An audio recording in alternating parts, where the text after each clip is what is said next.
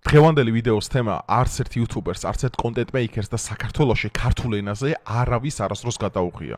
მეგობრებო, ჰიტლერი Deep State-ის წინააღმდეგ.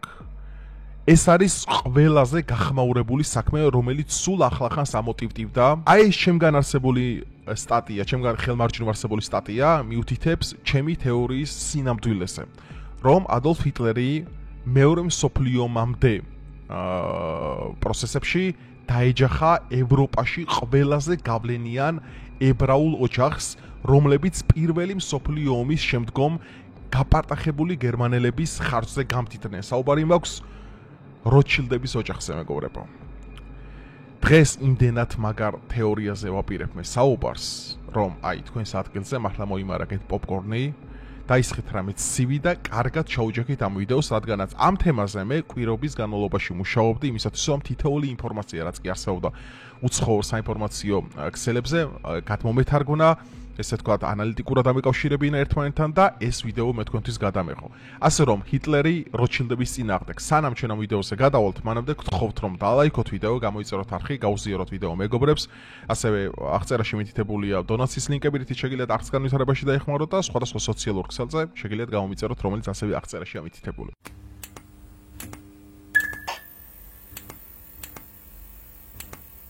ახლა რასთან გვაქვს მეგობრებო საქმე. მოდი ახლა სანამ ჩვენ უშუალოდ ნაცისტებისა და როთშილდების დაჯახებაზე ჩვენ გადავიდოდით, მანამდე ვიდა ზოგადი წარმოგდგენა შეგიქმნა თქვენ ვინ იყვნენ საერთოდ როთშილდები და რა გავლენები ჰქონდათ მათ ევროპაში.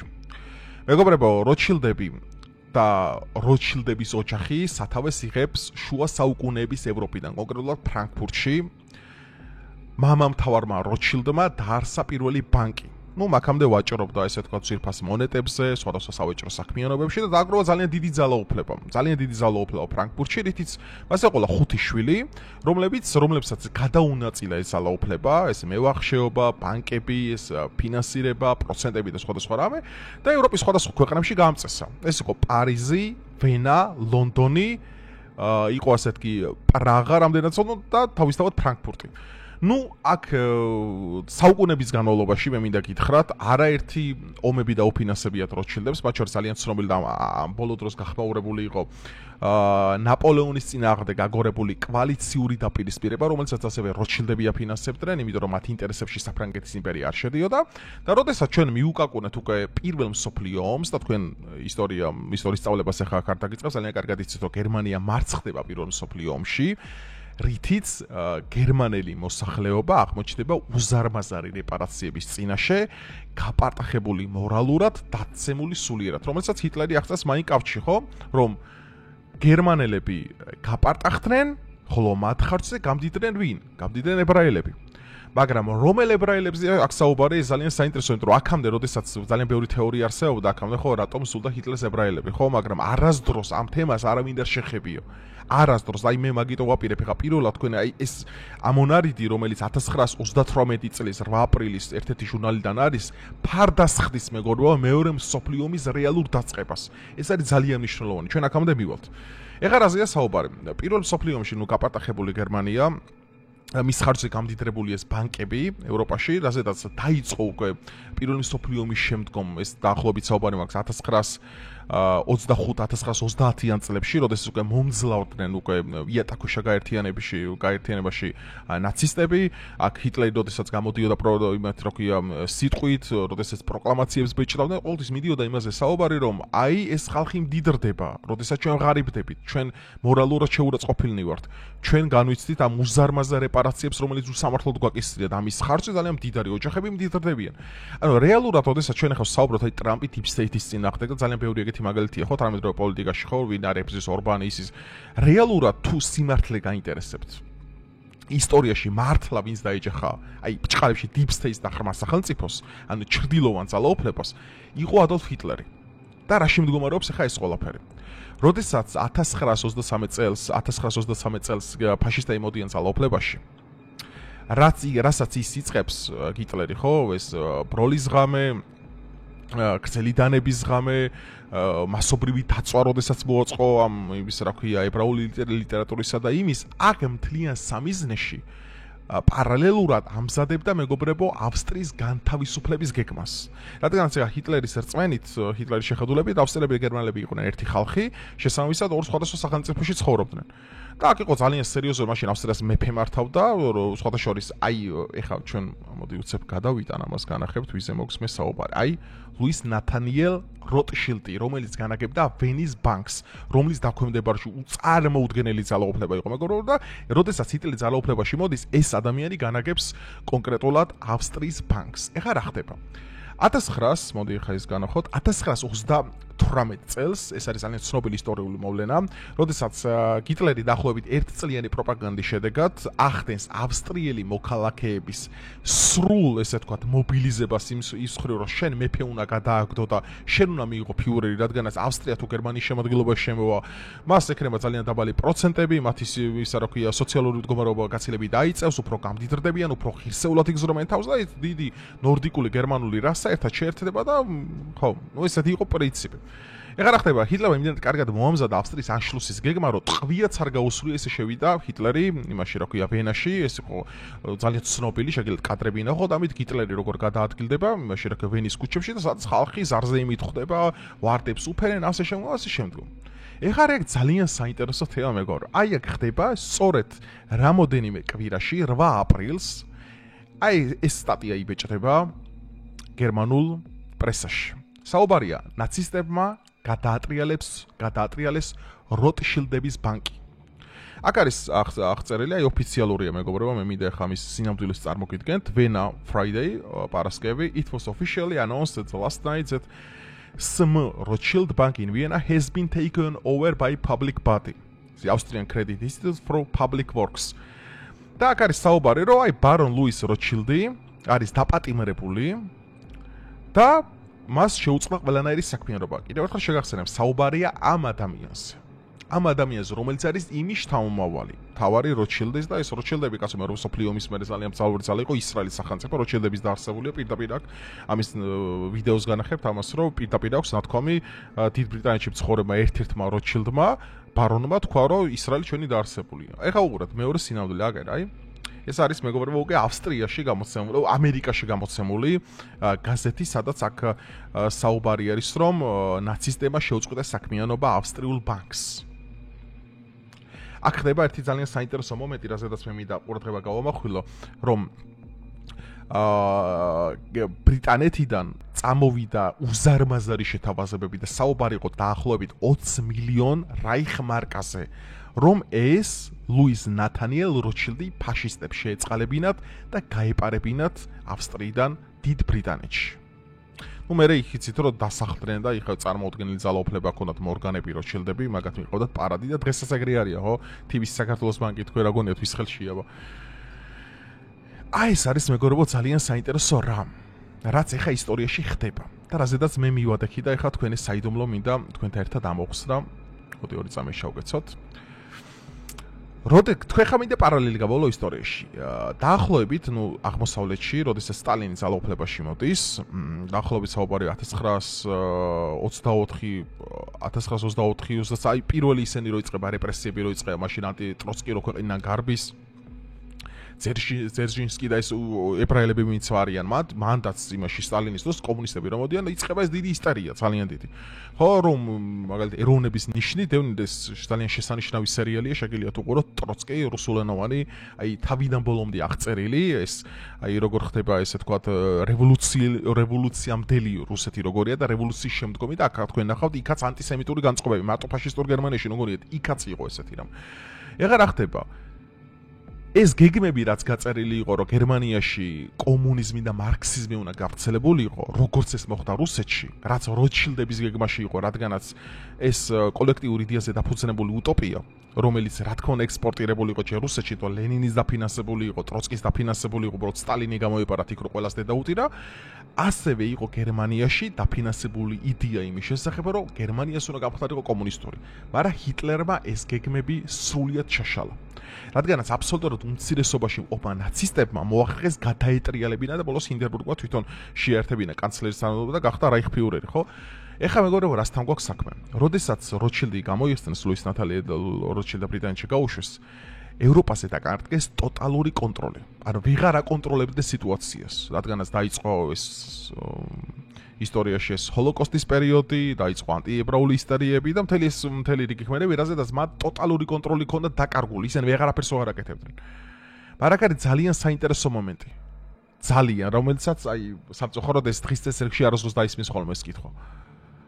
რომ ერთადერთი გამოსავალი, თქვენი აზრით, მოდი საკუთარ თავს კითხეთ ახლა.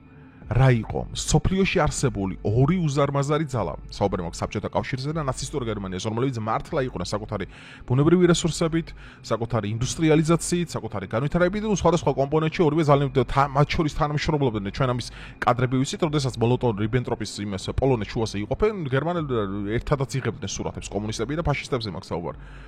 მაგრამ აქ ხდება ძალიან საინტერესო ისტორიული მოვლენა, რომელზედაც არავინ არ საუბრობს რეალურად რატომ დაიწყო მეორე მსოფლიო ომი. თუ ჰიტლერი იმდენად სუსტი ადამიანი იყო საგარეო პოლიტიკის მიმართულებით და მით უმეტეს ომის დაწყებაში, რომ მას ამ ხელა შეცდომა დაეშვა. როდესაც როჩილდები კარგავენ აღმოსავლეთ და ცენტრალურ ევროპაზე კონტროლს, როდესაც ორი უზარმაზარი სახელმწიფო სათავეში მოდიან მათთვის კატეგორიულად მიუღებელი ფიგურები, საუბარი მაქვს სტალინზე და საუბარი მაქვს ჰიტლერზე.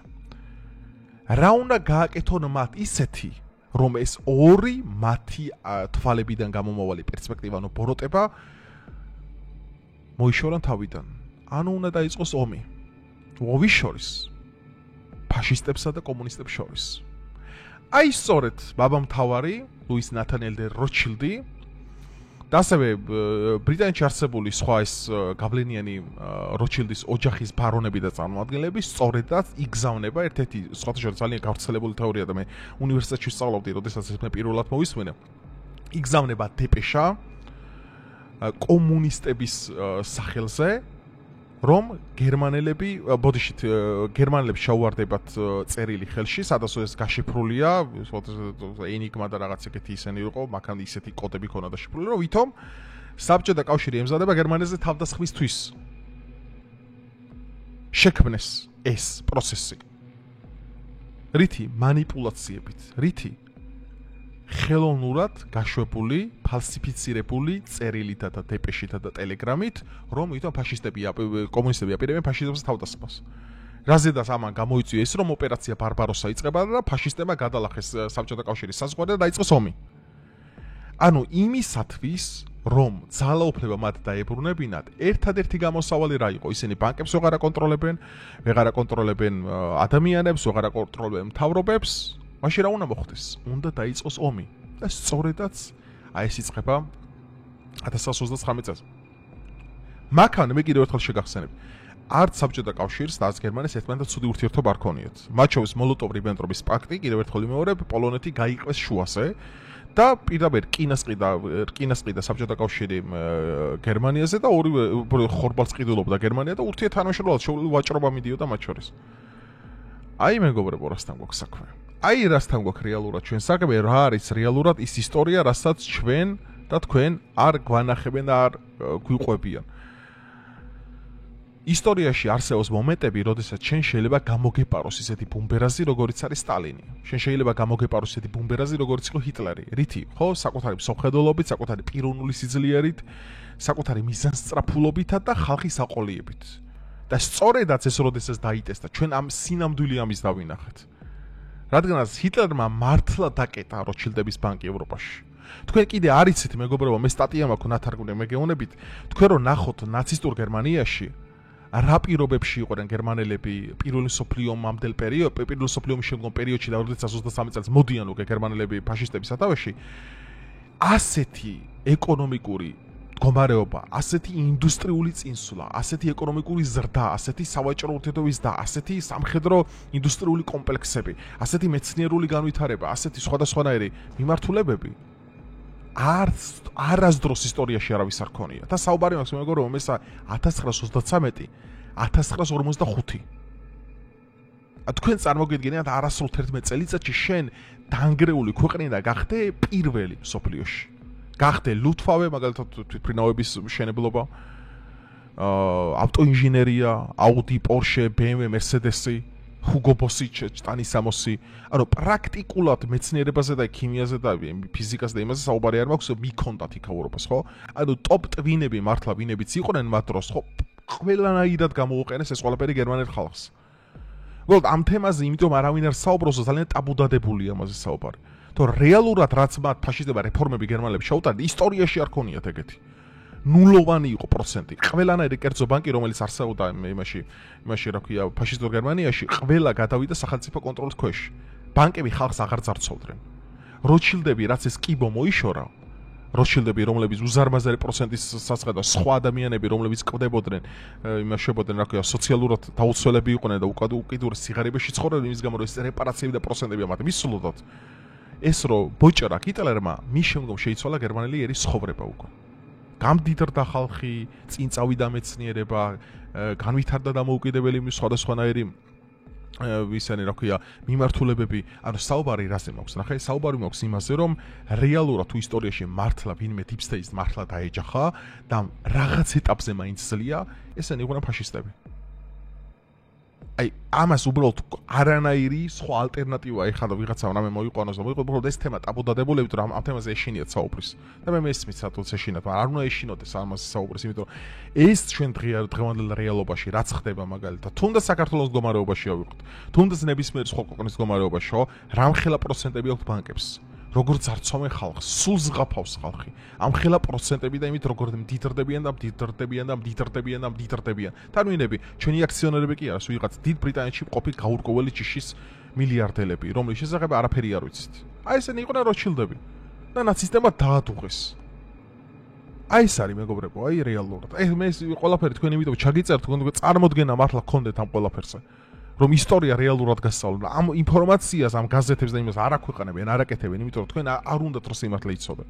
და სიმართლე როცა იცი, შენ აჯანყდები უკან სოფლიო ამ სისტემის წინააღმდეგ. როგორც მუშაობს და როგორც მოქმედებს ეს მატრიცა მართლა. დღეს არ არის იგივე სიტუაცია მარტო საქართველოზე? გაიხედეთ ნებისმიერ სოფლიო სხვადასხვა ქვეყნებს, განვითარებად ქვეყნებს. სისხლს წოვენ პროცენტები, სისხლს წოვენ. და სხვადასხვა ფინანსური მახინაციებით დიდრდებიან ისო მაღალი ეშელონები და დაბალი უბრალოდ გადამამუშავებელი მეორე, რავი, ჯიშის სხვა წარმომადგენლები არიან. ეს არის კატასტროფა და ეს არის უბედურება. საშინელება უბრალოდ. ეს ვიდეო მეგობრებო და ეს ფაქტები მე თქვენი ვიდეო წარმოგიდგენთ, თქვენ იცოდეთ რეალობა, როგორ იწერება ისტორია, როგორ ვითარდება ეს ყველაფერი და ასეთი არაერთი გასაიდუმლოებული ფაქტია მაგალითად მეორე მსოფლიო ომს რაც უკავშირდება თქვენ თუ დაგაინტერესებს გავს საკითხები შეგიძლიათ დაწეროთ კომენტარებში, ასევე თუ რამე გამომრჩა შეგიძლიათ რომ შემისწოროთ, დამიმატოთ და თქვენ თუ გაინტერესებთ მსგავსი სახის სიუჟეტები ხოლმე, ხო, პოლიტიკური განხილვებისა და ესე ვთქვათ საიდუმლო საქმეებთან დაკავშირებით შეგიძლიათ კომენტარებში დაწეროთ და მე შევეცდები ამის შესახებ ღრმა ანალიზის შემოგთავაზოთ, იმიტომ რომ ჩვენ არ უნდა ვიყოთ ლიბერალებივი დაშტერებულები, რომლებსაც ჯერათ რომ ადამიანი იმდენად მიამიტი არსებები არიან, რომ ვიღაც რამოდენიმე ადამიანი ამ ყველაფერს მაგალითად ვინების რეალურად კამერებთან ჩანან, გონიათ რომ ეს ყველაფერი წვიტავენ. სინამდვილეში ესე არ არის მეგობრებო. არაფორმალური მართლობა მსოფლიოში ყოველთვის იყო, არის სამწუხაროდ და მომავალშიც იქნება. იმისათვის რომ ჩვენ ეს ყველაფერი შევასუსტოთ, მაქსიმალურად უნდა ვამხილოთ და მაქსიმალურად უნდა დაუპირისპირდეთ და რა რესურსი ჩვენ გვაქვს. რადგანაც მსოფლიოს მართავს პროცენტ ნახევარი ადამიანი. მთელ მსოფლიოს. დანარჩენი მათ ემსახურება.